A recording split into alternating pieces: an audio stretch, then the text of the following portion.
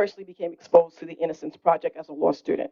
It was then that I looked at the Innocence Project's work, their work to involve freeing the innocent, preventing unlawful convictions, and ensuring equity and justice. I was also fortunate enough to have known the great Ken Thompson, who was the first African American prosecutor and district attorney of Kings County, who has since passed on. And he was the first prosecutor to start, the first prosecutor to start an exoneration unit, the first one in the nation in the district attorney's office. Today, we will hear one account, sadly, of many people who are impacted when first the system of justice that we rely on does not work the way it should. So while you're listening to our guest, I would like you to ask yourself, what can we do to make this system better? How can we improve the system whose job it is to seek justice? And how do we continue the conversation and get involved? So before we get to the introductions, just a few brief housekeeping. I'm certain that you will all have questions. I'm just going to ask that you hold off into your questions until after we finish the conversation, and we'll pass the mic around. And finally, we would love for you to continue the conversation and amplify your voices, and especially after you've learned what was spoken about today. So this is the time to get out your phones and hashtag Berkeley College and hashtag the Innocence Project and talk about this. So it's now my pleasure to introduce our guest speaker, Mr. Greg Mingo. I'm going to read you a little bit about him. Just a quote. Former Governor Andrew Cuomo talked about the miracle of clemency. So Greg Mingo spent over 40 years in prison for a wrongful conviction. He was granted clemency by former Governor Andrew Cuomo, and he was released in September 2021. Greg is now a member of the Innocence Project Speakers Bureau program. He is active in his community, advocating for elders and parole reform on behalf of releasing aging people in prison. Greg also works with the City University of New York Law School on clemency, resentencing, and parole issues. He co-founded the Clemency Collective to advocate for clemency to be granted on a rolling basis. Additionally, Greg works with the Hudson Link for higher education in prison and volunteers his time to build transitional housing for people returning home. The organization Change.org recognized Greg as one of the top change makers in 21 and again last year in 2022. In January, Greg was honored with a proclamation from the New York State Senate for his work to improve opportunities for people who are wrongly convicted and for those who deserve a second chance.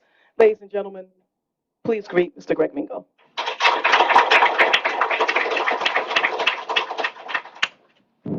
Hello, everyone.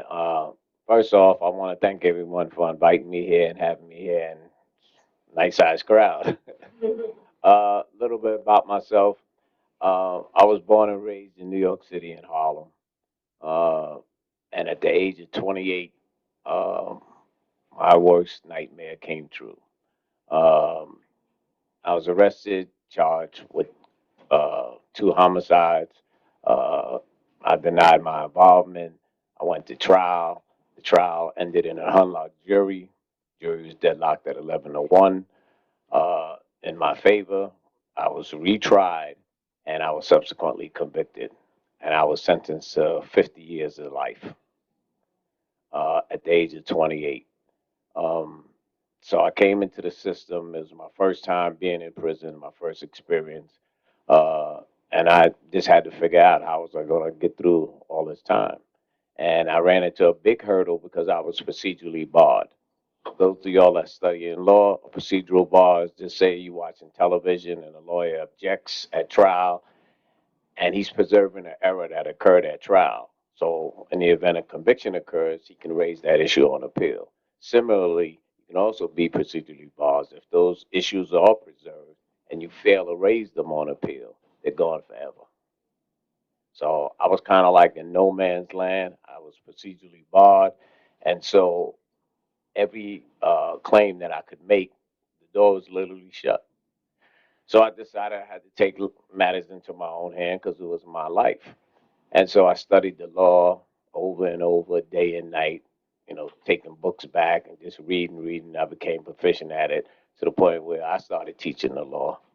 I started teaching the men inside how to be law clerks, teaching them about the law, and develop a curriculum that which Docs uses now to teach the legal research classes. And I did everything I could possibly because even though I was in prison physically, I couldn't allow my mind, my heart, and my spirit to stay locked up because there's all kinds of prisons. You can be locked up physically, you can be locked up emotionally, you can be locked up in a bad marriage, a bad job, a bad career. So many different kinds of prisons. So the whole idea is you have to develop a strength that you never thought you had, and you have to develop a desire to succeed. So I kept fighting and fighting and fighting, and every time I tried something, the door would close, and it kept closing and closing. And then I figured it out. One day I had to learn how to build my own door, so I didn't have to knock. I could just turn the handle. And so essentially, that's what happened. Years passed, and one day, the Innocence Project agreed, through the help of some other people, agreed to take a look at my case. And it was right after that, shortly after that, that some other people who had created a social media campaign on my behalf through change.org. And they were able to get 145,000 signatures. They made a TV commercial. They did all this stuff. I had a huge push from some celebrities, from a lot of people. And here I am. Um, and it's been eye opening to say the least. Imagine being away for 4 decades, for over 4 decades, and coming home. It was like being dropped in a different country altogether. And so everything changes, technology, everything. And people always ask me, what was your wow moment when you came home?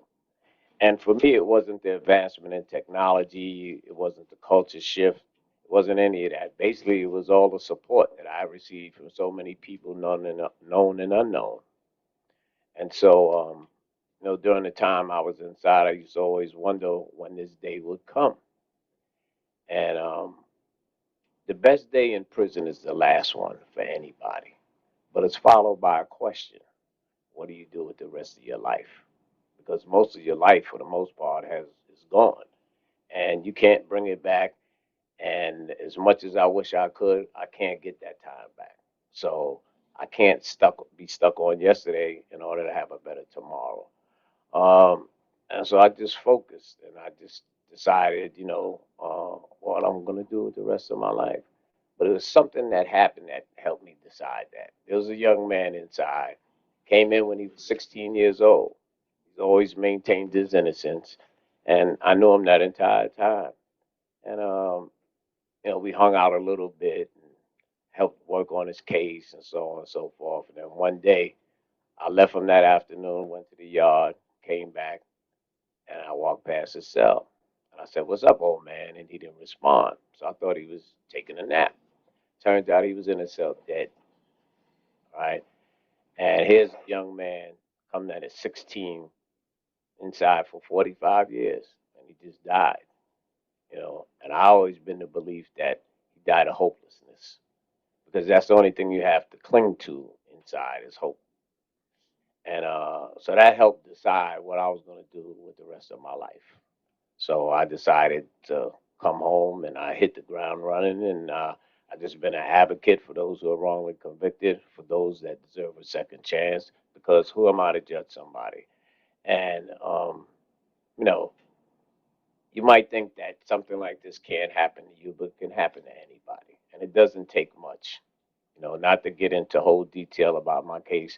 But the only reason I went away is because two people, one person said that I told them we committed the crime, and somebody else said that my co-defendant told them we committed the crime. That was it. My co-defendant died in prison in 1993, and that's all it took. No eyewitness testimony, no physical, forensic, anything, and so it can happen to anybody, and it doesn't take much. And I came to realize that a lot of it came from perception. I had a friend come see me. We grew up together, very close. And I said to him one day, I said, "You think I did this?" And he said, "Well, I don't think you did it, but maybe, you have an idea who did, and you're not saying nothing because you're living by the rule of don't snitch." So it bothered me after the visit. I went back to the cell and it bothered me. And I thought, wow, why would he, even think that? Because had he told it to me, I would have accepted what he said. I thought we was that tight.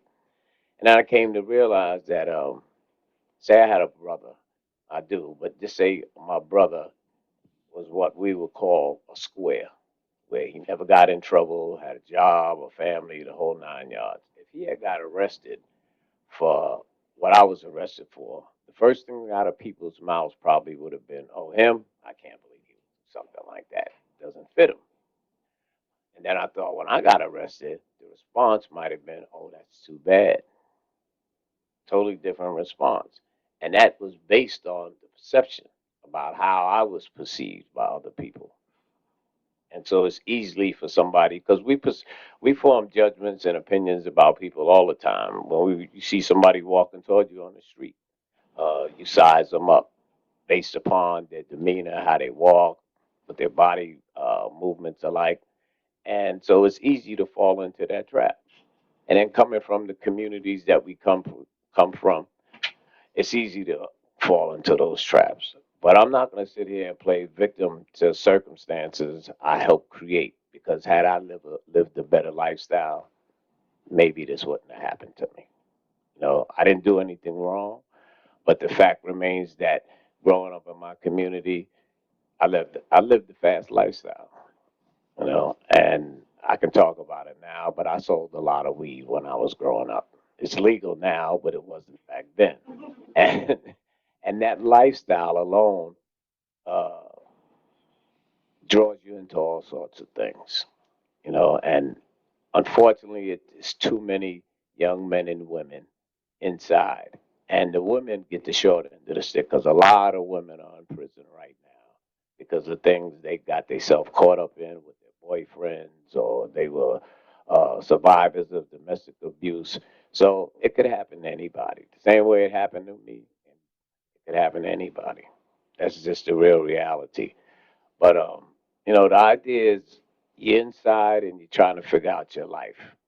And I look at life as while I was inside, I looked at life as a whole lot of different ways. Imagine spending 4 decades in your bathroom, because that's what your cell is like. The bathtub is your bed, the sink, and the toilet, a little room for stuff on the floor. And prison is prison. But one of the big things about prison is the attitudes and how you're treated. You're treated like a prisoner. The 13th Amendment allows for slavery, and you're treated like a slave. So if the way people are treated would be could change, make a big difference in how the prison systems operate. You'd find more positivity in there as opposed to negativity. Uh, and it's just a dreadful place. Just imagine, a bunch of faceless people deciding when you go to sleep, wake up, work, eat. It's just an unfortunate situation. So my heart goes out to all those that are left behind. So that's why I'm being a voice for the voiceless. Because when you're inside, unless you have help on the outside, you're literally just stuck there. You're just existing. You're not living. The laws, the way everything is situated right now, it's just difficult for those inside. And the Innocence Project, they can only take on but so much. They can't help the whole world. Take on a case at a time. And fortunately, they've been able to exonerate a lot of people, but there's still a lot of work left to do, a whole lot left to do. My story is not overly unique. I'm not going to sit here and tell you everybody in prison is innocent because that's not true. There's also people in prison who made bad choices. I don't call them mistakes because a mistake is adding one and one and coming up with three. That's a mistake. When somebody commits a crime, that's exactly what it is. It's a crime. It's a poor choice. It's a bad decision. And there are consequences. And so I try to refrain from looking at it as a mistake. But I also look at life like as if it was a tree. Just say, for instance, you want to grow a tree. if you plant the seeds turn into roots, and the roots turn into a tree. The tree develops branches and leaves. And if you take care of the tree, it'll bear fruit. So those people who have been inside for decades, that have done all the things they need to do to change their life around, they're bearing the fruit. But they have to have an opportunity to utilize that. They have to have, because they're just wasting away inside. You have people, men and women inside, who have obtained associate's degrees, bachelor's degrees, master's degrees, but it's not being put to use. So there's a lot that needs to be done. And hopefully some of you here in this room today can help make those changes. One person is a start.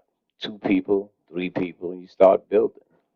And so if not for places like the Innocence Project, I'd probably still be in prison. I wasn't scheduled to appear before the parole board until the year 2031. And if not for the miracle of clemency, I probably still would have been inside.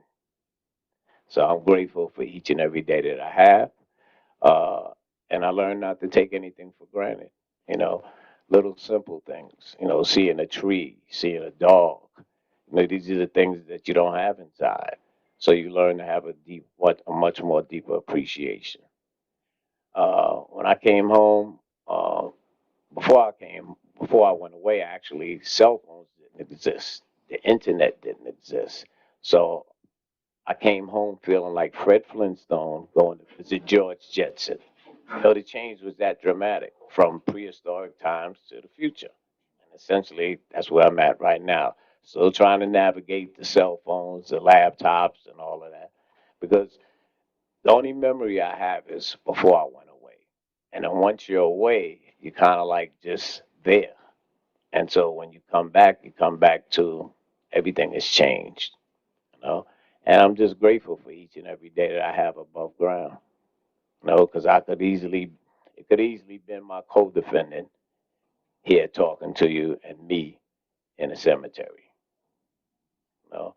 So hopefully, I hope y'all each take this serious, take your life serious, don't take anything for granted, and reach out and help somebody. You know, um, that moves the needle for me. Being able to reach out, help somebody, it's big. It's big because people inside don't have a lot of help, you know, and the ripple effects it has. It's not just the person doing the time, but the effects that it has on the family. It's like dropping that pebble in the pond, the ripple effects. It affects so many people. So the choices and decisions we make in our lives affect more than just ourselves. So when you make those decisions, we need to seriously think about them and think about the consequences. You know? Um, I could sit here and talk to you all day long, but I'm sure y'all have specific things that y'all might want to talk about. And when we get to that question stage, don't be afraid to ask questions. All right, people sometimes are hesitant to ask questions. They may say, "Well, I don't want to feel stupid because I don't want to ask this question."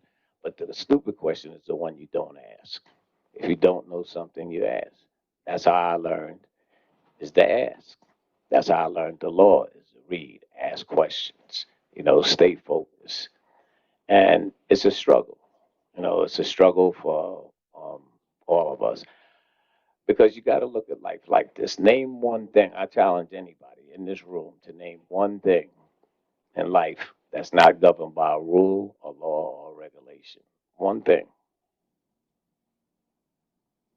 From the air we breathe to the clothes we wear to the food we eat, everything has a rule, a law, and a regulation attached to it.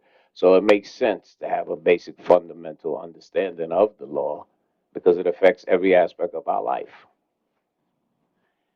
And so for me personally, I was inside for a long time, as you know, and I had to figure this out. And so I used to do a lot of thinking. And I came to the conclusion that inside of us, each and every one of us, we have like a little internal committee that's comprised of three people who we think we are, because everybody has an image of who they think they are, right? Who other people think we are, because we always get concerned about how we're seen in other people's eyes, and who we truly are, But how do you get to the point to discovering who you truly are? It's a tough question to answer. You know, you might say to yourself, well, who am I? How do you answer that question? That's something only you can figure out. And it takes time, it takes a level of maturity, and it takes a desire to really seriously see where you fit in the world. And so that's what helped me. That's what helped me on my discovery, helping trying to navigate my way. Because every day is the same inside. There's so much time, there's so little to do, and so much time to do it inside. But out here, there's so much to do, and there's not enough time to do it all. All right. And so you learn how to find ways to navigate your life inside. And I'll tell you, it's not easy. There's times you want to give up, but thanks to, people like the Innocence Project stepping in and, you know, just literally helping you, in all aspects. It took 39 years for me to get some help. And that's a long time. I wrote to every Innocence Project in the country. I wrote to every legal clinic you could imagine, and you can't get any help. And I'm not mad about not receiving the help and the time that it took to finally get some, because at the end of the day, I got some, and I'm here, and that's all that matters right now. So I spend my life just helping people in every possible way that I possibly can. Whether it's through immigration, criminal justice reform, parole reform, you name it. I try to be part of it.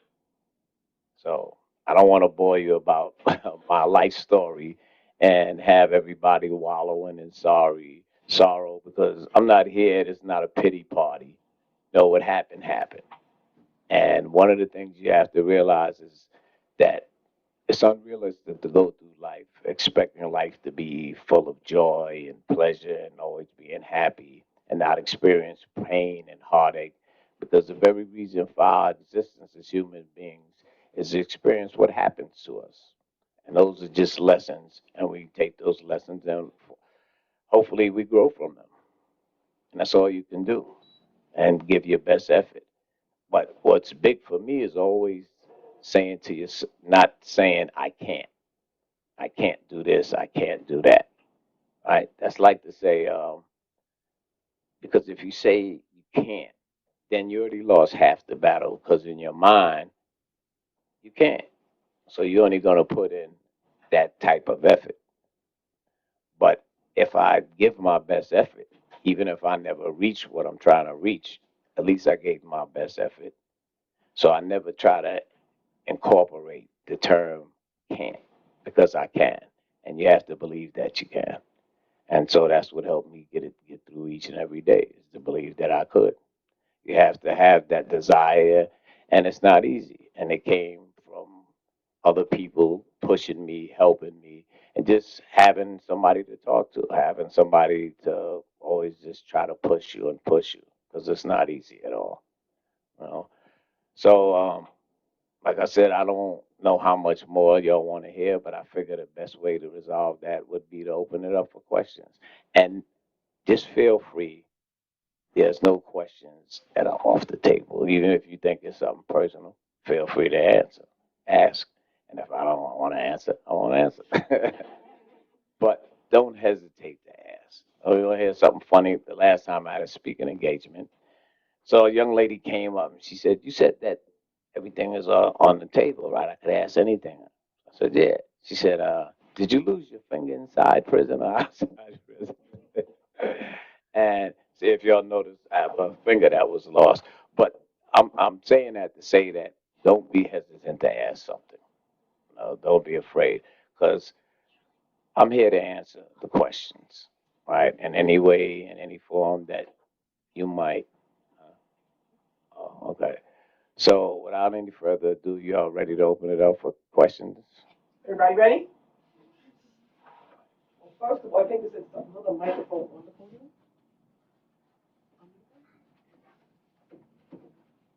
Hello.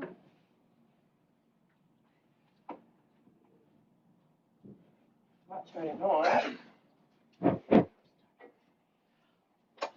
While we're working on the technical issues, can we just give Mr. Mingo a round of applause? Thank you for being here and doing the work that you do. Okay. Just use this one. Yep. Does anybody have any questions? You have people who pass the mic? I can be open. Pass the mic. Oh, we're gonna pass the mic like Kid Capri.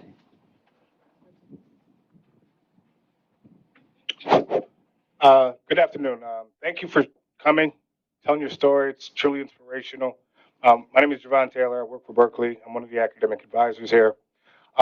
And similar to your journey, I've been studying the law and various applications, criminal justice process for many years. So my question is regarding your clemency. Why was clemency granted as opposed to case just being completely dismissed or retried?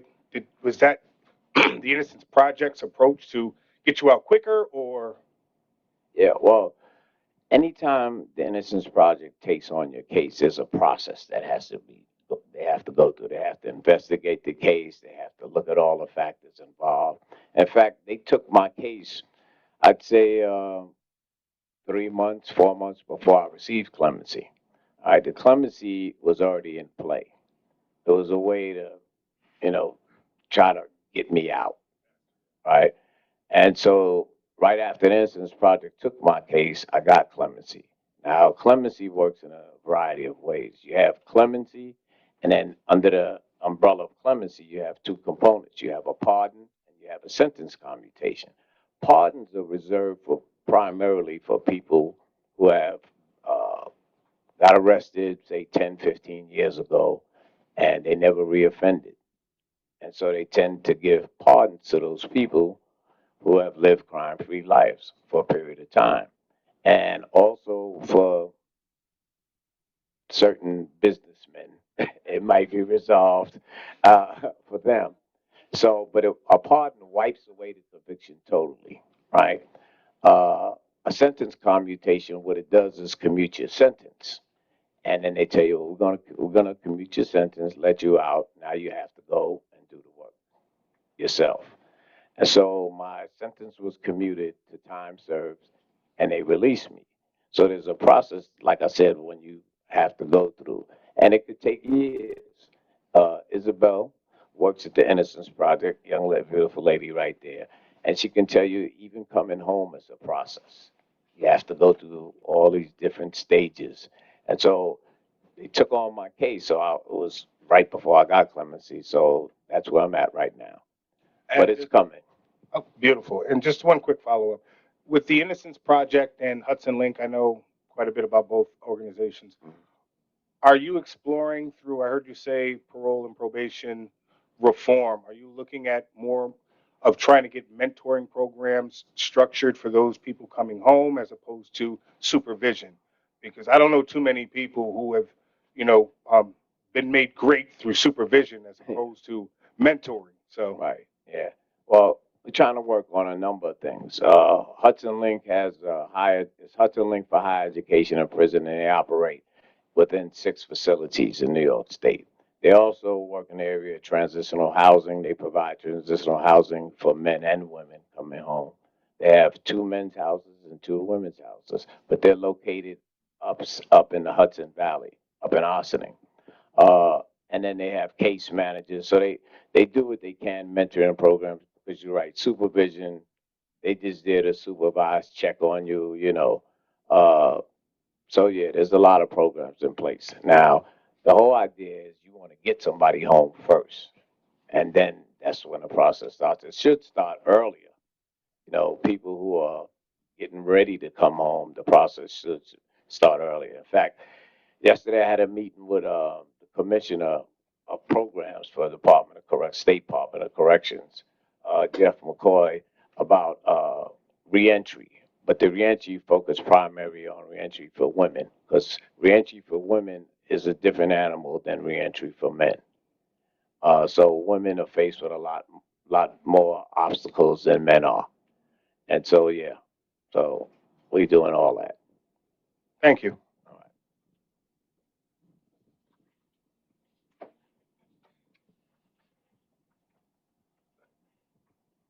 Thanks for the question. All right. And also, welcome home, Greg. Thank you. Vernon Jones. I am a re-entry mentor for the Osborne Association.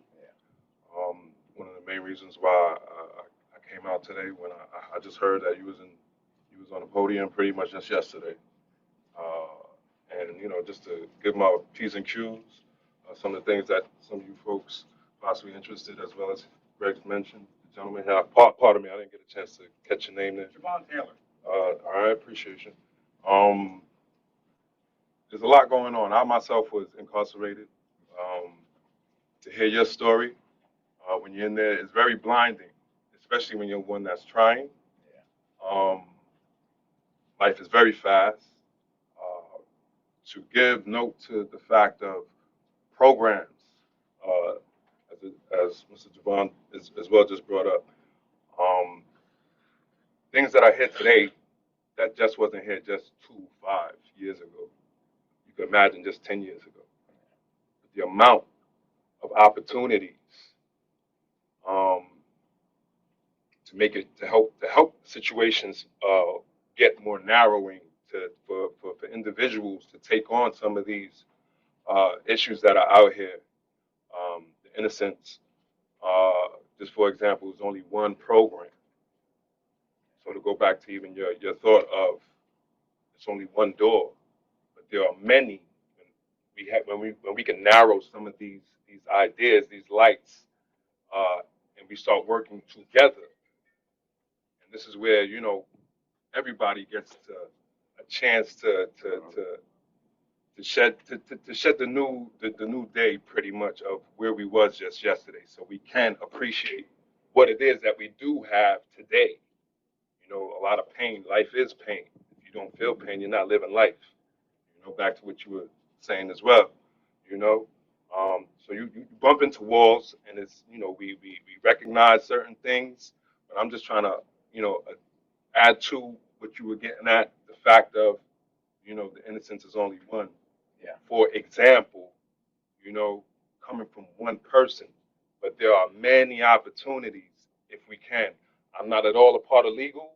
I'm interested in it. I am a student here as well.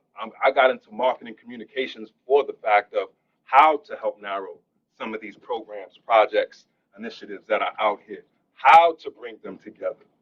I don't know one damn thing about legal system, but I can adapt to it when I hear one or two things. I don't remember what I went through. I'm happy to be where I'm at. I'm moving forward. So again, just to throw a buzz in the air, because sometimes we feel misplaced. I'm kind of just recollecting off of repeating what Greg said. We don't know who we are, what we are put here for automatically. It's something that you have to grow into, learn yourself, know what you are about. So again, to bring some of these things together, this is great to see, because again, this just wasn't here just a couple years ago. These opportunities, yeah. And we have to put it on a blowhorn out here, and so folks could get on the same page, wavelengths of things. No, I don't have to do it like you, but I'm doing it my way, and we're still getting and moving forward with what it's about. But I just want to again appreciate what you sorry to put it this way, but what you went through. It's a life lesson. We're all mirrors here, and again, appreciate your thoughts. Appreciate Right. your. Thank you for that. And to your point, a lot of organizations work towards the same goal. So it would be great if we could narrow it and get people to work together, to collaborate with each other, because none of us is as good as strong as all of us. And it goes back to that old adage: it takes a village to raise a child. It takes a community to make changes. Yeah. So thank you. So I think we have 4 questions. We have question here, 2, 3, and then there was one other person that had a question. So 3. So Hi, Greg. Again, I'm Patty Greer, the provost of Berkeley College, and thank you so much for being with us today. I was thinking, due to the number of years that you were incarcerated and the age at which you were granted your release, are you entitled to government benefits such as Medicare, Social Security, and other individuals such as yourself? Well, I have Medicare and Medicaid. Social Security, I'm not eligible for because you have to have 40 points to get Social Security, and I only have 30 something points. So, despite the fact that I'm of age to get it, I can't get it unless I obtain the 40 points. So, I would have to work. Uh, by next year, I would probably have the 40 points. Yeah, that's the way it works. But it all depends on everybody's individual situation. Yeah. Thank you. Hi, Greg. My name is Stephanie. I'm a social worker, and I'm just attending with my interest for your story and for the Innocence Project. And I just want to say congratulations. Thank you. And also, I don't find your story to be a sad one. I think it's one of just eternal hope. And I found the power of your hope so inspiring from the beginning. And during your story, you were talking about the treatment when you were inside. And it made me think about the Stanford prison experiment and how they had to shut it down. Yeah. And, it also had me thinking about, the opportunity for people to treat each other well. And I was wondering if you had any experiences while you were inside of that happening and if it did impact your hope or what that looked like. And then also for those that are maybe in corrections, if you could share examples, concrete examples of what that looks like for someone to be able to do their job in corrections while treating someone well, that would be wonderful. Yeah. Thank you.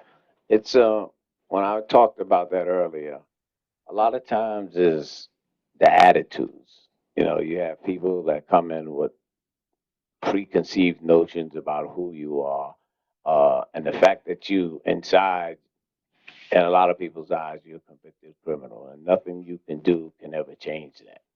And so they have these attitudes that they present to you, disrespectful, talk to you like you don't exist. And then there's the physical component, whereas they'll jump on people, beat people down, just for little simple things. So it's the way you treat somebody. If you want respect, you have to give respect. If you are respectful of people, then you can command respect in return. But that's not all what always happens, and it depends upon where you're at. The further up north you go, those prisons are a lot isolated, so they can basically do what they want. When you come closer to the cities, a place like Sing Sing, Green Haven, they tend to be a little more balanced. But yeah, it's and all it takes is just understanding, have some empathy, put yourself in somebody else's shoes. It's always easy to try to pass judgment on somebody. But if I haven't walked in your shoes, then I could never know what you experienced, never know what your story is, what you've been through. And that's what needs to be done. There needs to be better training. Um, and I remember I had a young man that used to come see me, and he applied for a job as a state corrections officer, and he was denied because he didn't fit the psychological profile. So in my mind, I already knew what that was. He didn't conform to the idea of what they promoted, and so they didn't want him. They want people that gonna fit into this old boys network, so to speak, mentality. Yeah. So that drastically needs to change. If people talk to each other and treated each other, just fair, not nothing extra special, but just as human beings, it'd be a lot better. Thank you. You have a question over here? Hi, my name's Catherine Benson. I'm not a student here, but I'm very happy to be here. You seem like you're really at peace over what happened to you, and but we are all human. And my question is, as someone who is very emotional, how do you deal when the anger and the resentment comes up? Like, how do you deal with those emotions without, you know, taking it out on somebody or just blaming society or just sitting in a room wallowing? Like, how do you deal with that? Uh, it's just, I think, from developing a sense of emotional maturity. You know, what comes with age and experience a lot of times. Sure, I'm angry, I'm pissed off, about what happened to my life. I'd like to pound somebody out and just get that frustration out, but it doesn't serve any purpose. You know, um, Prison is corrosive, and what it doesn't corrode, it swallows up. And I'm not going to allow those kind of emotions to live rent free in my head because it doesn't serve me any useful purpose. So it's just developing the right kind of attitude, and it's hard. It's not easy. People say, "Well, you got to lay back." To me, now, if it was me, I would have been. But to what end? Because if if I try to do what was done to me, then I become the very thing I complain about. So I just try to keep a level head and just understand that some things you have no control over, you can't change, and I can't change what happened. And all the money in the world is not going to change it. It's not going to give me those years back. So that's gone forever. So I have to accept that, and I have to move forward with my life and just live the best life I could possibly live moving forward. I don't have any other choice. Thank you. And so this event is also being live streamed. So we do have a number of questions that are coming up in the chat. And so the first question, I'll read it, is how were you released? How? Uh, through executive clemency. But um, I was told I was going to be released. Lieutenant came to see me, um, and took me in the hallway, which is unusual. And I thought something bad was going on. And he had a stern face on, and he said, asked me if I was nervous. And I said, not particularly. Then he told me to take my mask off. Then he reached in his pocket, pulled out a piece of paper. So now I'm thinking, was he trying to ID me for something? You know. And then he told me, and then when he told me, this swell of emotions just rose up. And I tried to speak and I couldn't. And I felt dizzy. And he had me lean against the wall, and I asked him to read it again, and he read it again. And he told me it was true, but I still didn't believe it. Um, And then I didn't believe it until I actually saw it on the TV the next day. So I sat up all night thinking it was a cruel joke, because you fight so hard and you get to this point, and it's just like. And then I was released. I was given a date, and I just left, uh, yeah, to a whole new world. Thank you. Can you scroll to Yep. the webinar chat before we get to the Q&A? Because there was one other question after how were you released? Oh, so the next question is, how many people, if you know, how many people does the Innocence Project help each year? Uh, as many as they can. They help a lot of people, but it takes time, and everybody's not going to be exonerated at the same time. You can't put a fixed number. Well, this year we're going to get 10 people exonerated. It's just individual cases, and how you work through those individual cases through the district attorney's office, and there's always challenges. So it's hard to say, but they help a lot of people as many as they can, and they can't take on but so many cases because it becomes an issue of funding. So I have three more. One question is, I am personally angry at hearing the injustice that happened to you. How did you overcome anger and despair and move forward rather than give up hope? I think you spoke to some of this. I don't know if there's anything else you want to add to answer that. Yeah.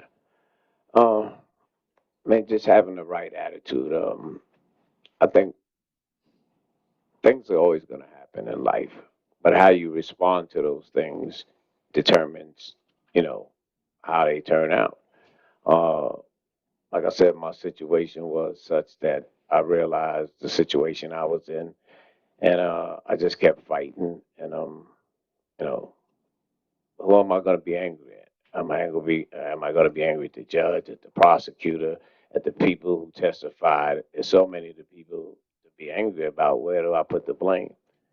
And like I said earlier, I don't want to play victim to circumstances I helped create because maybe if I It's just hypothetical. Maybe if I had did something differently, I wouldn't have found myself in this situation. But who knows? So I just try to keep a level headed and understand that everything that happens is just a lesson, a life lesson, and how I handle those lessons determines my fate. Thank you for that. And then, how many times did you appeal your case? uh, every day. I've litigated in all the state appellate courts, in the federal court, and even in the United States Supreme Court. I filed writ of certiorari's. You know, I was good at it. Help a number of people obtain their freedom. I have somebody right now that's on Rikers Island, just got his conviction overturned. So even though it didn't help me personally, it felt like I was winning. Felt like it was payback. So that kind of goes back to what you're talking about. So every time I won for somebody else, you know, a little piece of me won. Yeah. And then the last question I saw that was in the chat.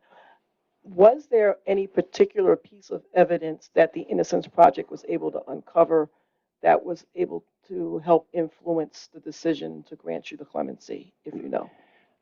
Somebody, I this is what I believe, that somebody came forward and was interviewed by the district attorney's office and said that they knew that I hadn't committed the crime, and they named the person who committed the crime. Um, but the person that they named, unfortunately, when we did a search, that person is deceased. So it's hard to go after somebody who's not here anymore. Um, so I think that was the key piece that helped make the decision to release me, that somebody came forward that wasn't connected to me. Yeah. Exculpatory evidence. Yeah.